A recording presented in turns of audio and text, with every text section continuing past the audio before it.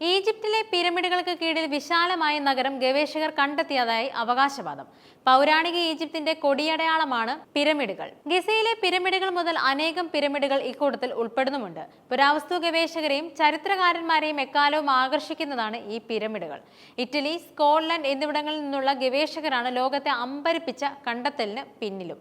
Giza പിരമിഡുകൾക്ക് കീഴെ 6500 അടിയിലേറെയായി പരന്നുകിടക്കുകയാണ് വിശാലമായ ഭൂഗർഭ നഗരം. സമുദ്രത്തിന്റെ ആഴമളക്കാൻ സോണാർ റഡാർ ഉപയോഗിക്കുന്നതുപോലെ പിരമിഡുകളുടെ ആഴങ്ങളിൽ ഒളിഞ്ഞുകിടക്കുന്ന നഗരത്തെ കണ്ടെത്തിയത് റഡാർ പൾസുകൾ ഉപയോഗിച്ച് ഹൈ റെസല്യൂഷൻ ചിത്രങ്ങൾ സൃഷ്ടിച്ചുള്ള പഠനത്തിൽ നിന്നാണെന്ന് ഗവേഷകർ അവകാശപ്പെടുന്നുണ്ട്.